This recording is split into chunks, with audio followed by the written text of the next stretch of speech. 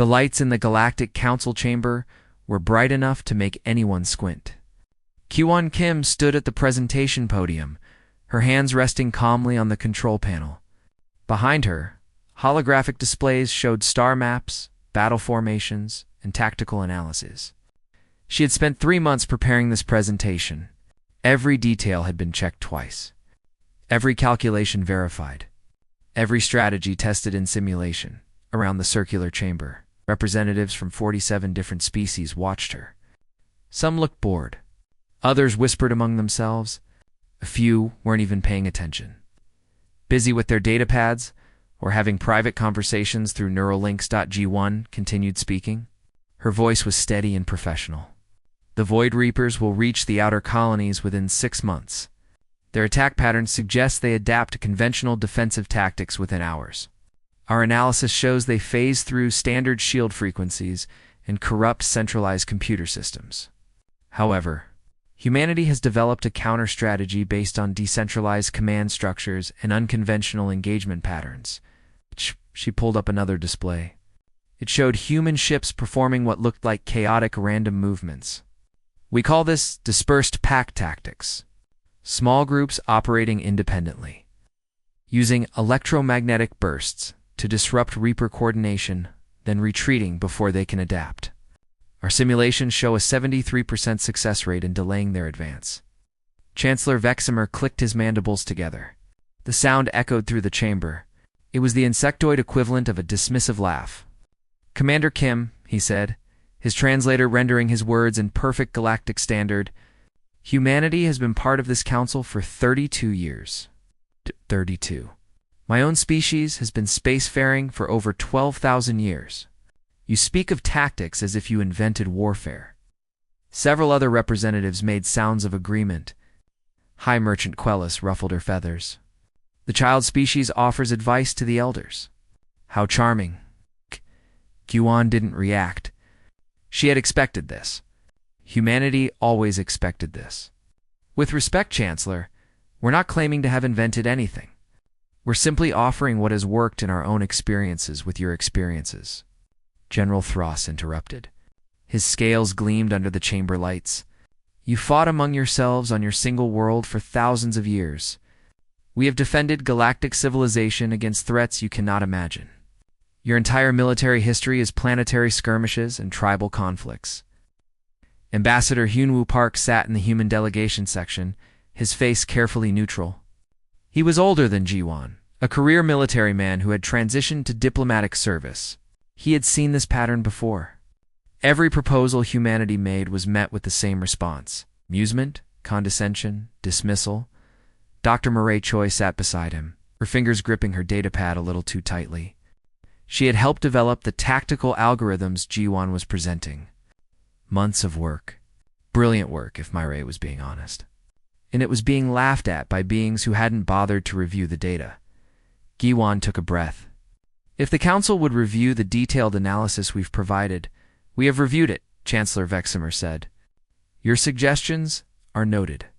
However, the Council has decided to implement a more traditional defensive strategy. One based on proven methods used successfully for millennia. Traditional methods won't work against Ji-won started. Commander Kim." The Chancellor's voice was sharp now. "The Council appreciates humanity's enthusiasm. However, warfare at this scale requires experience and wisdom, not creative improvisation from a species that only recently discovered faster-than-light travel." The chamber filled with the sounds of agreement. Clicks, chirps, hums, and other noises that the translators rendered as assent. Gi-won looked at Ambassador Park. He gave her a small nod. She understood. She closed her presentation. "Then humanity formally offers our entire defense fleet to assist in whatever capacity the Council deems appropriate." High Merchant Quellis consulted with several other representatives. They spoke in hushed tones for a moment. Then she addressed the chamber. "The Council accepts humanity's offer of support. Human forces will be assigned to supply line protection and refugee evacuation duties. This will free our primary fleets for combat operations. Supply lines. Refugee evacuation. Support roles. Everything except actual combat. Everything except the places where humanity's tactics might actually make a difference. Ambassador. Park requested permission to speak. Chancellor Vexamer granted it with obvious reluctance. Park stood. He was tall for a human, and his military bearing was evident in how he held himself. The Council has made its decision. Humanity respects the wisdom of the elder species. We offered our analysis and our fleet in good faith. If the Council believes we are better suited to support roles, then we will respect that judgment. Something in his tone made a few of the representatives look up. It wasn't angry. It wasn't disappointed. It was simply final. However, Park continued, I want to make one thing clear. We did not offer this help lightly. We studied the Reaper patterns for months. We ran thousands of simulations. We believe our approach would save millions of lives. Billions, perhaps. But we are, as you have noted, a young species. Perhaps we are wrong. Perhaps your traditional methods will prove superior. He paused. The chamber was quiet now. Humanity wishes the Council's success in the coming conflict. We will perform our assigned duties to the best of our ability. Thank you for allowing us to present our findings. He sat down. Giwan gathered her materials and returned to the human section. Dr. Murray Choi closed her data displays. The three of them, along with the rest of the human delegation, began packing their equipment. Chancellor Vexamer was already moving on to the next agenda item. Now, regarding fleet deployment to the Corvin sector, the humans packed in complete silence. No one spoke. No one protested. No one tried to argue further. They simply collected their things with quiet efficiency. A junior representative from the Talaxian Confederacy watched them curiously. She was young, new to the Council, and she noticed something the elder representatives did not. The humans weren't angry. They weren't insulted. They were calm. Perfectly, absolutely calm. And that was strange, because in her experience, beings who had their expertise rejected usually showed some emotion. Frustration, disappointment, wounded pride, something the humans showed. 20 minutes later, the human delegation filed out of the chamber. Ambassador Park paused at the door and turned back. He bowed, a formal gesture of respect from human culture. Then he left. The Council continued their meeting. They discussed fleet positions, resource allocation, defensive perimeters. They debated strategies that had worked against previous threats. They drew on thousands of years of military tradition. None of them noticed that the humans never came back. None of them realized that humanity had just said goodbye in the corridor outside. Giwan walked beside Ambassador Park. Sir, she asked quietly. We tried, Park said simply. We offered everything we had. They made their choice. What do we do now? Park was quiet for a moment. Then he said, we go home. We protect our own, and we let them face what's coming with the wisdom they think they have. Dr. Murray Choi spoke up from behind them. They're going to lose. You know that, right? The Reapers will tear through their defenses like they're not even there. Yes, Park said. I know, and we're just going to let that happen. Park stopped walking. He turned to face his team. We offered to help. They refused. We cannot save those who do not wish to be saved, and we will not sacrifice human lives for those who see us as nothing more than errant runners. They continued walking toward the docking bay where the human ships waited. Behind them, the council chamber buzzed with activity and ancient voices planning a defense that would fail. Ahead of them was the long journey home, in a silence that would echo across the galaxy. Captain Daeho Lee sat in the command chair of the HSS Resilience, watching the sensor displays with practiced attention. His ship was one of 12 human vessels patrolling the buffer zone between Council space and the frontier territories. They had been here for 3 years, keeping the peace, responding to pirate attacks. Helping with emergencies? The communication panel chirped. His first officer, Lieutenant Min Jae-won, looked up. Sir, we're receiving new orders from Fleet Command. Put them through. The message was brief. Return to human space. Immediately. Withdraw from all Council-adjacent positions. No explanations required. No questions answered. Deho read the orders twice. Then he looked at his crew. You heard the orders. Navigation, plot a course for the Henderson Station. Communications, send acknowledgement to Fleet Command. We're going home. Minjay frowned. Sir, we're scheduled to patrol this sector for another 6 weeks. Should I request clarification? No need. The orders are clear. But what about the colony on Talos 3? We're their primary security. Not anymore, Deho said quietly. Someone else will have to handle it. 3 hours later, the Resilience and her sister ships jumped away. They left behind empty patrol routes and unanswered questions.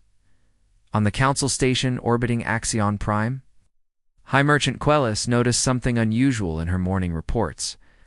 Human cargo ships had failed to arrive for scheduled deliveries. All 12 shipments. No explanations, no emergency notifications, just silence. She sent a message to the Human Trade Liaison Office. It bounced back. The office had been closed. Across Council space, the same pattern was repeating. Human freighters were leaving ports without filing return schedules. Human research teams were packing up their equipment and departing from joint scientific installations. Human embassy staff were submitting resignation notices. Admiral Yoonji Song stood in the Fleet Command Center on Earth, watching holographic displays that showed every human military unit in known space. Green icons were moving steadily inward, toward human-controlled territory. Like a slow tide retreating from a beach, her second-in-command, Colonel Taeyong Park, stood beside her. All units are responding, Admiral. Estimated time for complete withdrawal is 6 weeks. Acceptable, Yoonji said. Make sure border defenses are reinforced as our ships return. I want every entrance to human space monitored. Should we issue a statement explaining the withdrawal? No. The Council will have questions. Let them question, Yoonji said. We offered our help. They rejected it. We have nothing more to say to them. On the frontier world of Talos 4, Governor Jin Honam watched the evacuation with mixed feelings. His colony had 30,000 human residents and another 50,000 aliens who had settled here under human protection. The humans were leaving. All of them, a Talaxian merchant, approached him at the spaceport. Her name was Vela, and she had run a successful trade business in the colony for 5 years. Governor, what's happening? Why are you leaving? Council orders have changed, Jinho said carefully. This world is no longer safe for human presence. But you've kept us safe for years. The pirates, the raiders you stopped all of them. They did. But we cannot stay. Vela's face showed genuine fear. What happens to us? Ginho was quiet for a moment. Then he said, any non-human residents who wish to relocate to human space are welcome to come with us. We have transport ships available. You'll be given refugee status and assistance finding new homes. Refugee status? Vela looked confused. But we're not fleeing a war. It's not yet, Ginho said quietly. Over the next 3 weeks, human evacuation ships lifted off from Talos for every 6 hours. Most aliens chose to leave with them. The alternative was staying in a frontier region that humans would know. Longer Protect Chancellor Veximer finally noticed something was wrong when he tried to schedule a meeting with the human ambassador. The request was politely declined. He sent another request. Declined again. He sent a priority summons. The response came from a low-level diplomatic aide. The human delegation has returned to Earth for consultations. No timeline for return is currently available. Veximer brought the issue to the full council. Has anyone been able to contact human leadership in the past 2 weeks? The responses were confused. No one had spoken to any human officials. Ships had withdrawn. Embassies had closed. Trade had stopped. All without explanation. This is unacceptable, General Thross said. We assigned them duties. They cannot simply abandon their posts. Send them a formal complaint, suggested one representative. They sent the complaint. It went unanswered. Ambassador Quellis volunteered to travel to Earth personally. I'll speak with them directly. This must be some kind of misunderstanding. Her ship arrived at the human border 3 days later. A human patrol vessel intercepted her before she could proceed. This is the HSS Vigilance. You are entering restricted space. State your purpose. This is Council Ambassador Quellis. I request permission to proceed to Earth for diplomatic discussions. There was a pause. Then, permission denied. Human space is currently closed to Council vessels. Closed? On whose authority? On the authority of the Human Federation. You are advised to return to Council space. I am a Council Ambassador. I demand to speak with your superiors. Another pause. Longer this time. Ambassador, I have orders from Fleet Command. Human space is closed. If you attempt to proceed, you will be turned back. We will not use force, but we will not grant you entry. Please return to Council space. Quellis tried arguing. She tried threatening. She tried appealing to diplomatic protocols that had existed for thousands of years. None of it worked. The human patrol ship simply repeated the same message over and over. With perfect patience and complete indifference, she finally turned her ship around and went back. In the frontier regions, chaos was beginning. The pirates and raiders that humans had kept at bay for years were returning. Small colonies found themselves under attack with no one to help them. Trade routes that humans had protected were now dangerous. The Council scrambled to redeploy their forces to cover the gaps. But their ships were designed for different purposes. Their tactics were built for large-scale warfare, not pirate suppression. They struggled to adapt, and still the humans said nothing. Dr. Yunahan sat in her office at the Xenopsychology Institute in New Seoul, reviewing data about Council species behavior. She had been tasked with analyzing why the Council had rejected humanity's help and what their response would be to the withdrawal. Her findings were troubling. The Council species had never experienced this before. They were used to being the powerful ones, the wise ones, the ones who made decisions that others followed. In their entire history, no species had ever voluntarily left the Council. No one had ever walked away from their authority. They literally did not have a framework for understanding what humanity was doing. Most of them, Yuna's analysis suggested, were waiting for humanity to come back and apologize. They thought this was some kind of negotiating tactic, a way to get better terms or more respect. They could not imagine that humanity simply meant what they said. We offered help. You rejected it. We're leaving. It was too simple. Too direct. The Council species thought in terms of complex political maneuvering, ancient grudges, elaborate status games, the idea that someone would just leave because they weren't wanted. That concept didn't exist in their worldview. Yuna sent her report to President Sora Kong's office. The president read it carefully. Then she filed it away and went back to planning humanity's future. A future that did not include the Galactic Council. For months after humanity's withdrawal, the Void Reapers crossed the outer boundary of Council space. The first attack came at a mining colony in the Corvin sector. 3,000 people died in the first hour. The Council's defensive fleet arrived 12 hours later. They formed traditional battle lines, powered up their ancient shields, and prepared to demonstrate thousands of years of military expertise. The Reapers phased through their shields and corrupted their targeting systems. The battle was over in 4 hours. The Council lost 16 ships. The Reapers lost none. Emergency messages flooded through Council space. Requests for reinforcements. Calls for help. Desperate questions about what had gone wrong. And somewhere, in human space, Captain Daeho Lee sat in his ready room and read the reports. His ship was 3 light years from the nearest Council world. Close enough to monitor. Far enough to be safe. His first officer entered. Sir, we're receiving distress calls from the Corvin sector. Multiple colonies under attack. They're requesting any available assistance. Daeho looked at the messages. He read the casualty counts, the desperate pleas. Then he looked at his orders, still displayed on his screen. Observe, document, do not engage. Send our condolences, he said quietly. Tell them we hope they find the help they need. Then resume standard patrol. Those people are dying, Daeho said. They are. And 6 months ago, their leaders told us our help was not wanted. They made their choice. We made ours. The distress calls continued through the night, growing more desperate as the Reapers advanced. And in human space, the silence continued, absolute and unyielding. President Sora Kong stood before the assembled Human Federation Parliament. Behind her, Earth filled the viewing window, blue and green and peaceful. Every human world was watching this address. It had been 6 months since the withdrawal began. 6 months of silence. And now, finally, humanity's leader would speak. "My fellow humans," she began, her voice calm and clear. "For 32 years, we have been members of the Galactic Council. We joined them in good faith. We shared our knowledge. We contributed our resources. We offered our friendship. And we hoped that we would be accepted as equals among the stars."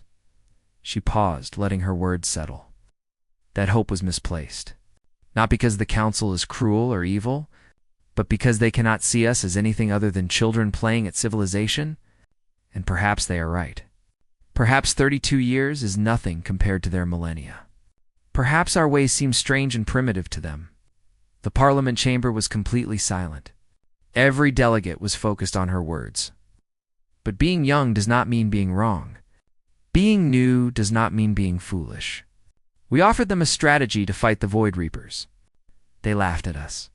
We offered them our entire fleet. They gave us supply duties. We offered them respect. They gave us condescension.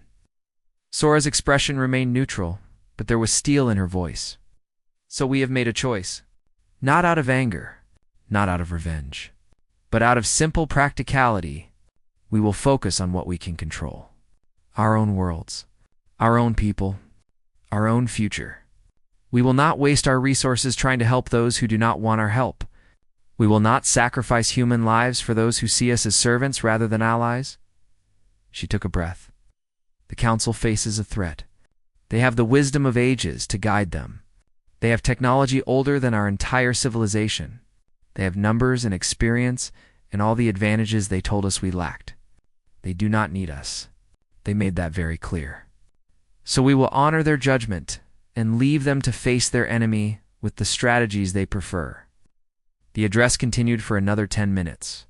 She spoke about humanity's new direction. New trade agreements among human worlds, new scientific initiatives, new educational programs. She never mentioned the Council's desperate situation. She never gloated about being right.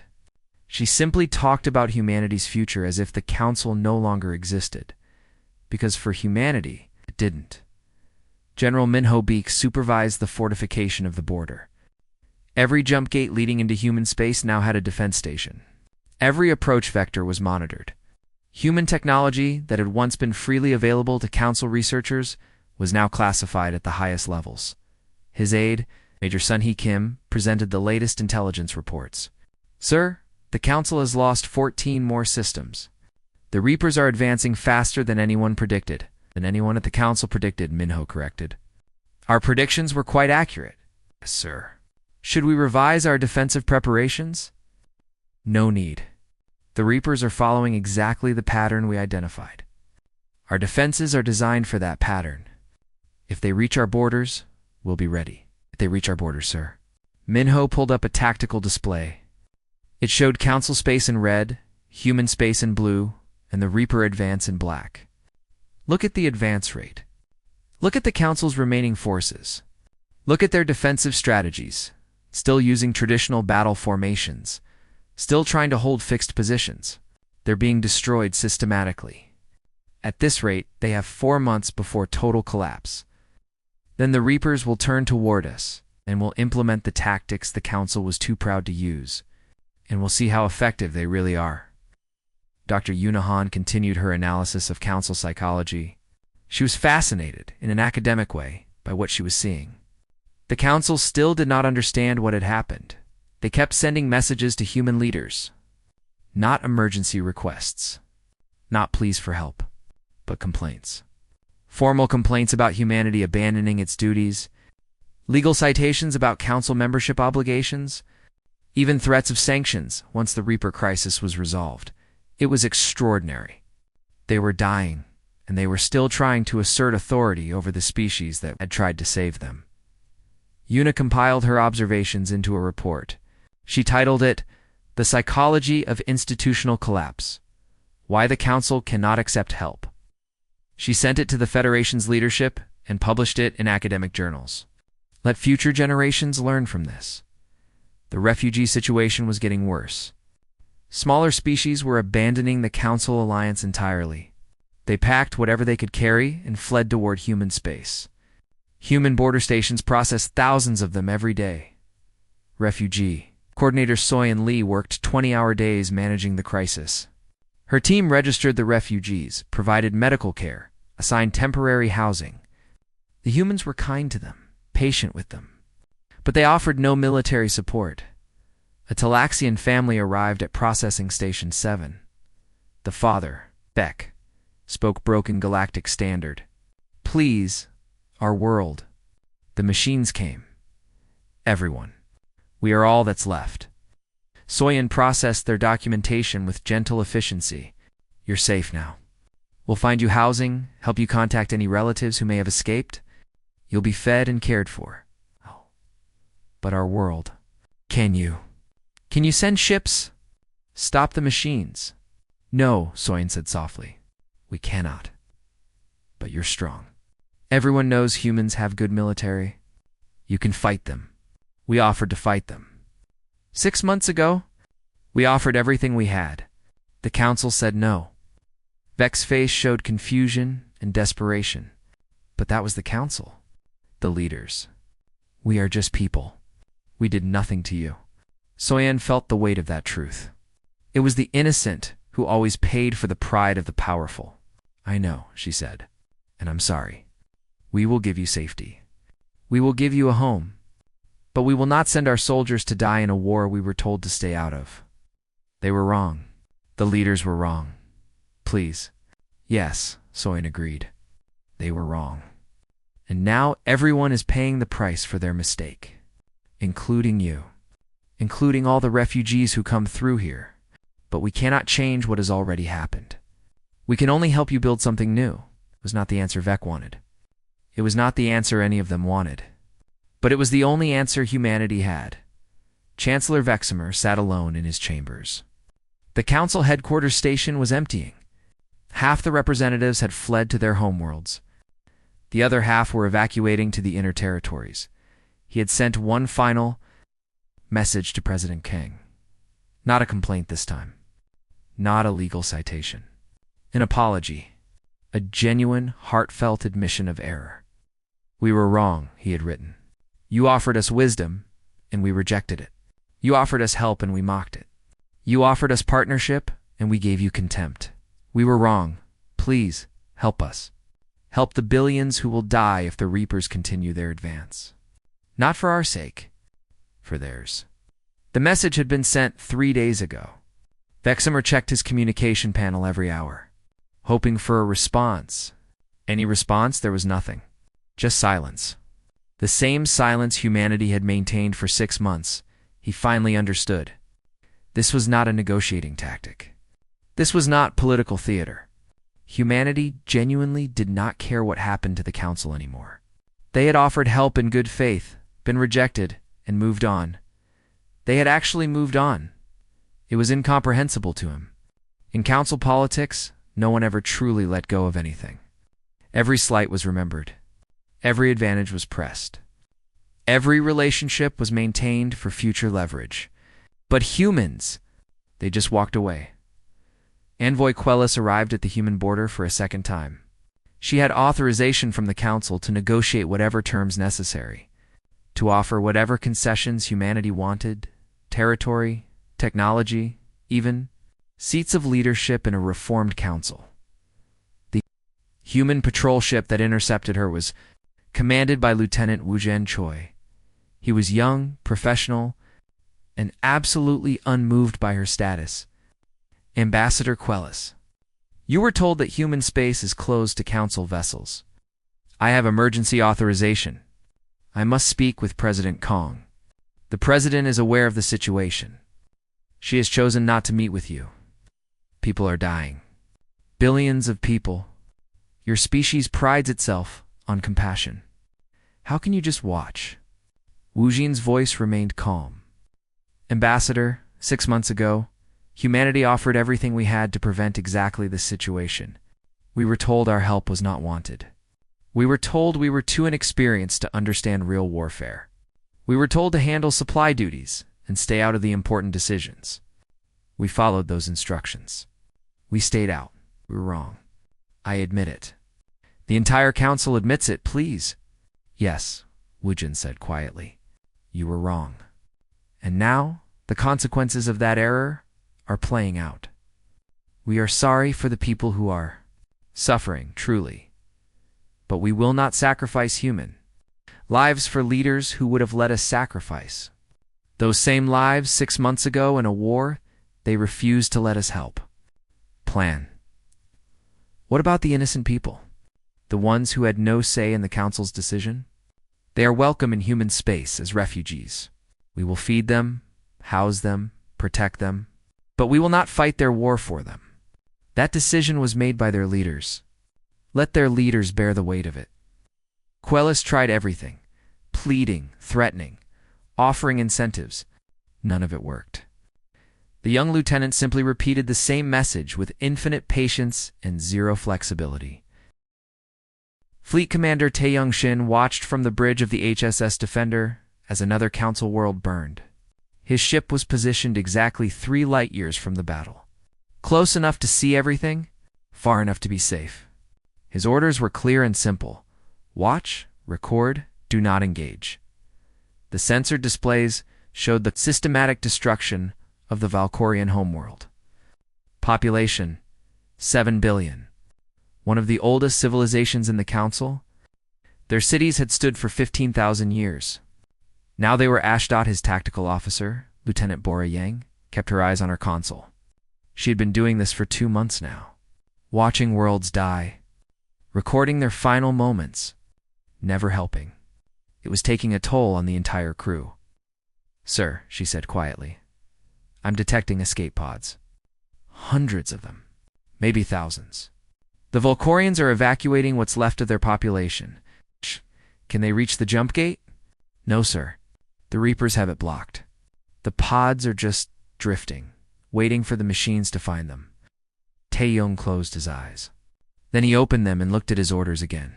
Observe. Document. Do not engage. Continue recording. Make sure we capture every detail. Sir, permission to speak freely? Granted. How do we live with this?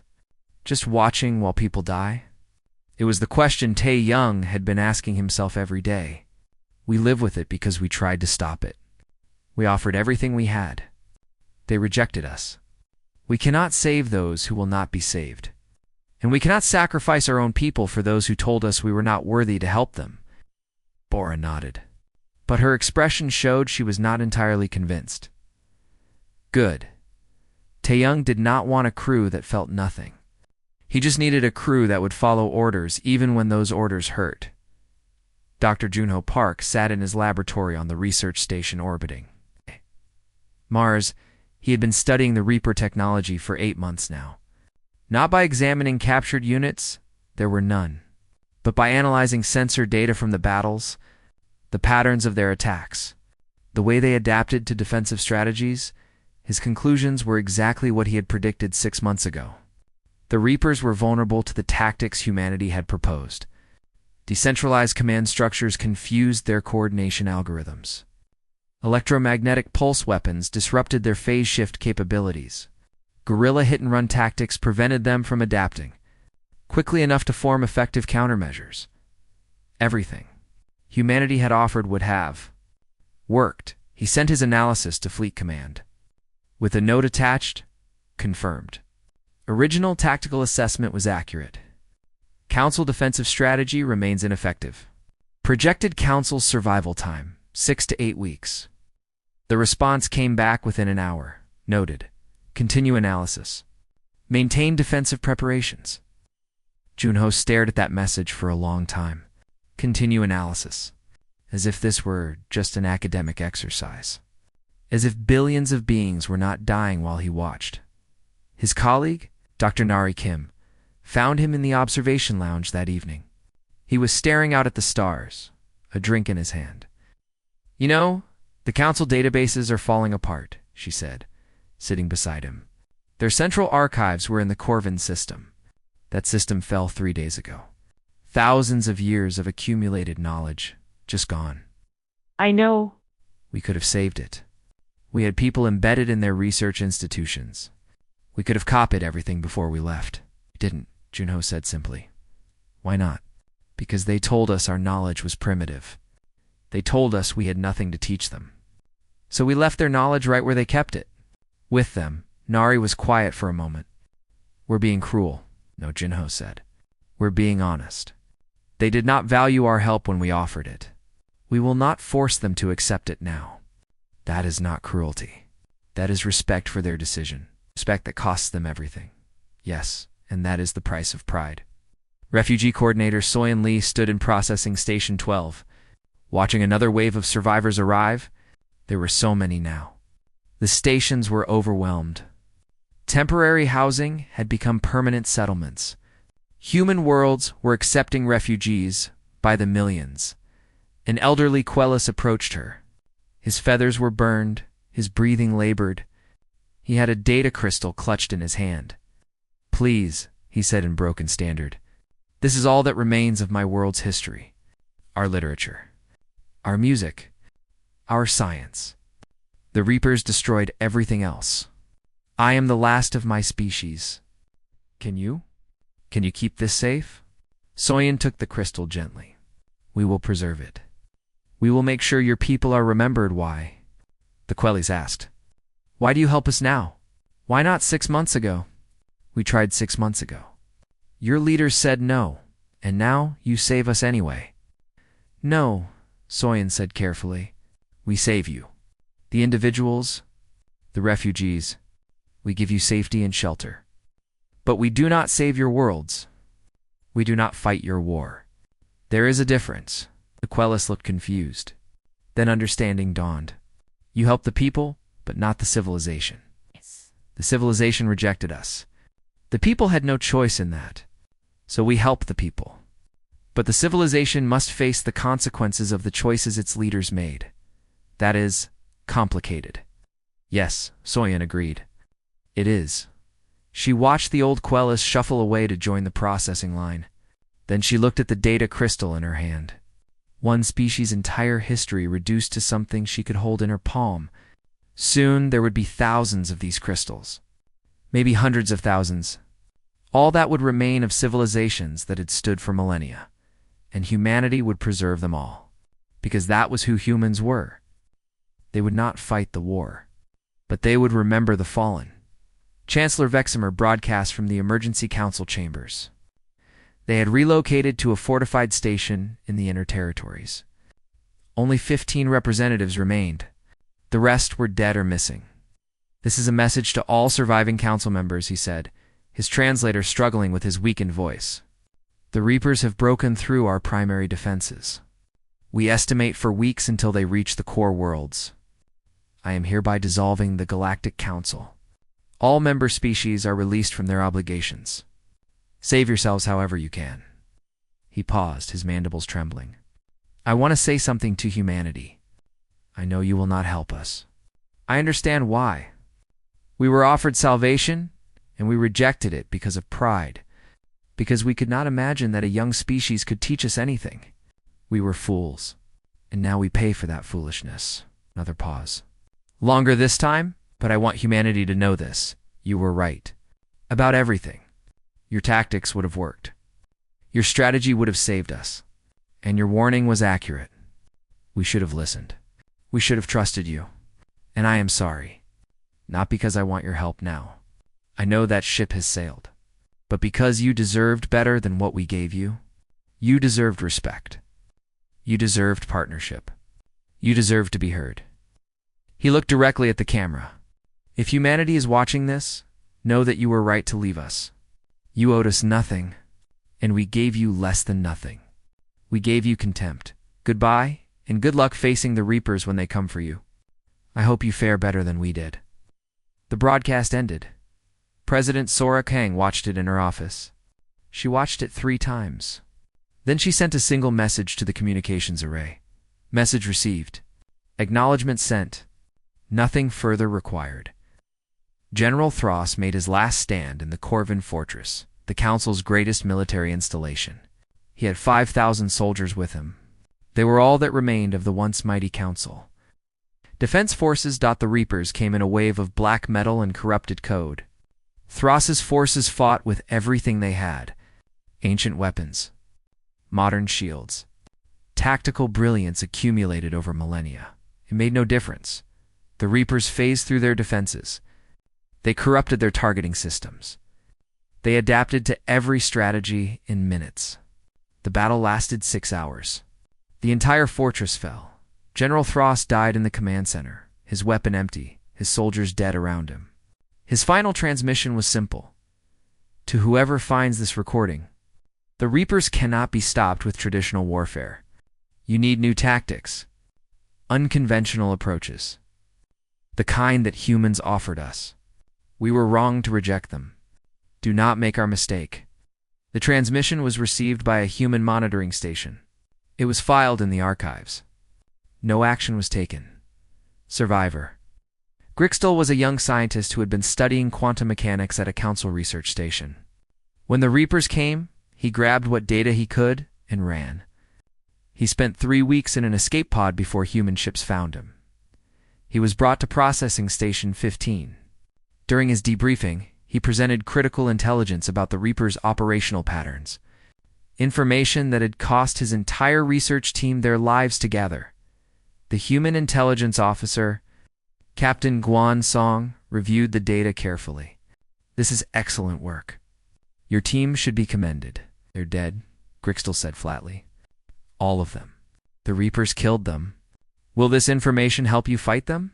It will help us defend ourselves when they reach our borders. But will you help the Council?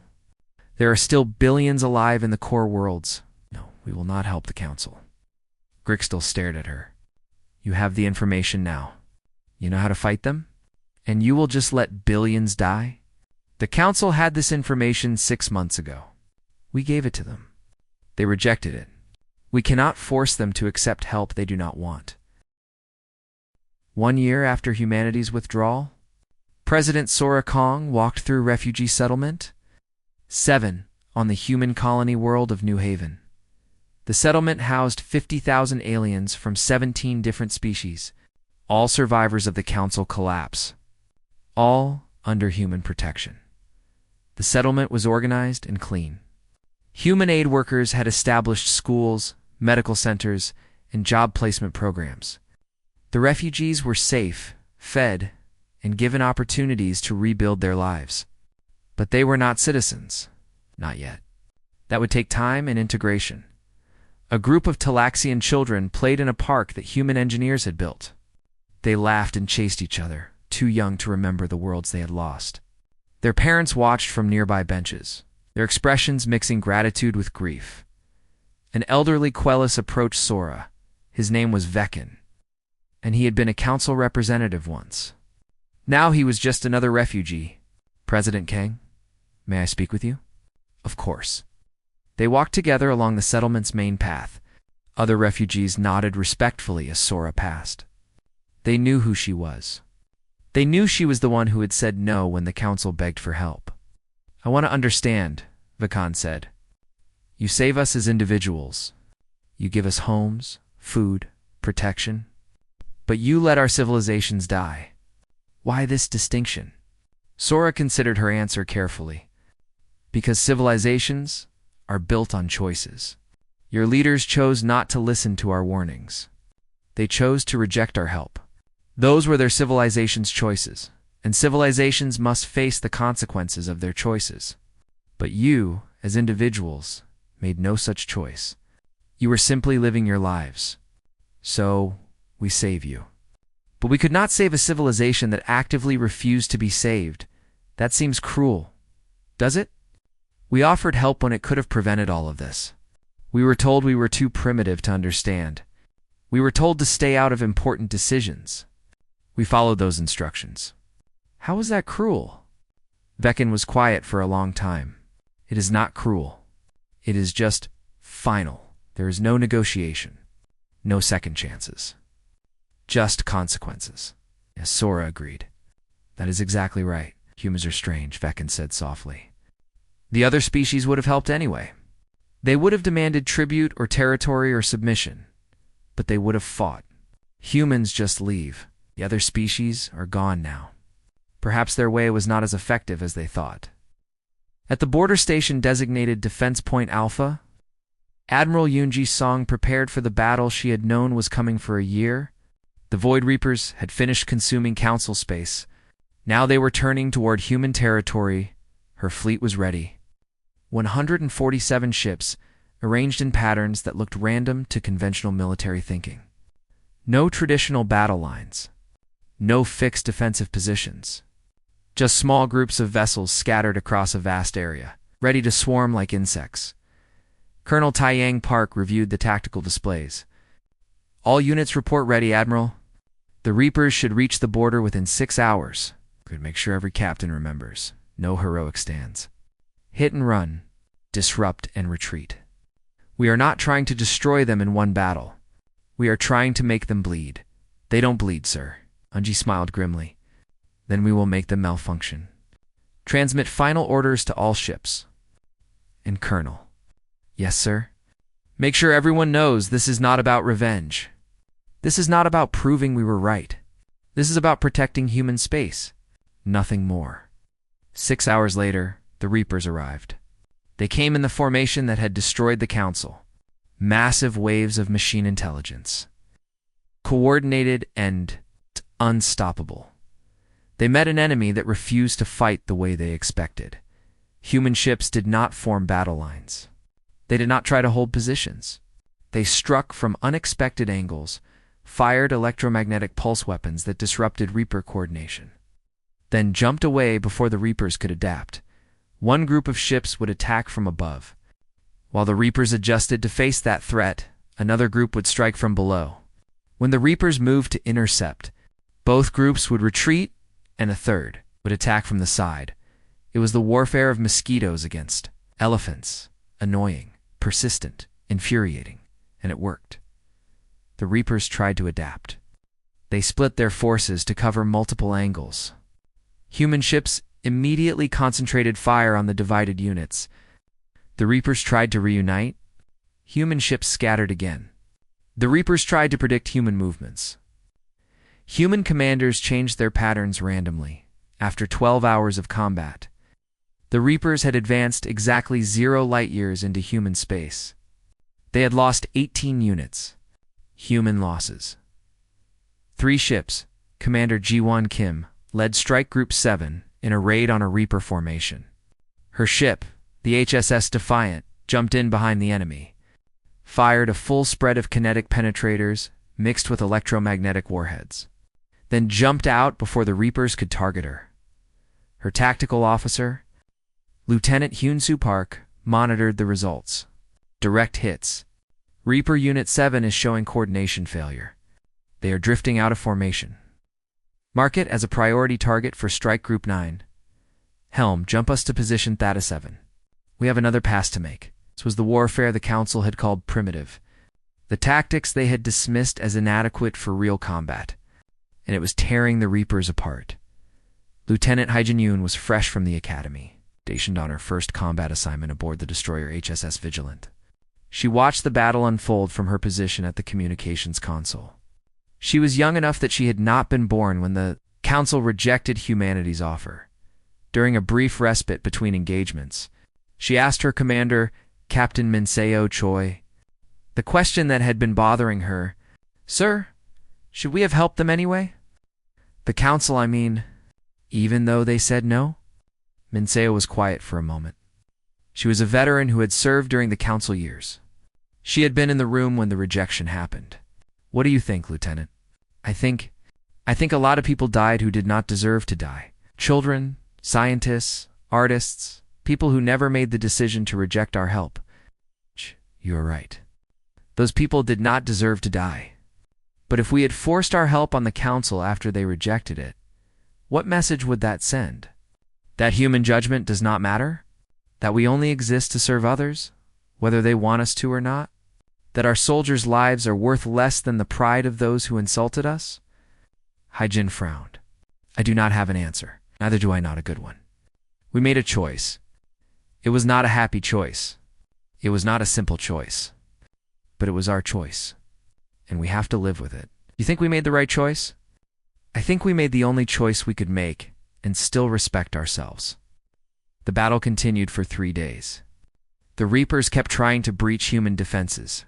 Human forces kept bleeding them, slowing them, frustrating them.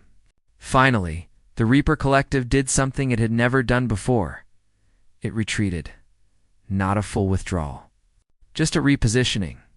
The machines pulled back to a distance of 5 light-years and stopped. They sat there, observing, analyzing, trying to understand this enemy that fought so differently from everything they had countered before. Admiral Yunji Song watched them on her displays. They are thinking, or whatever passes for thinking with them.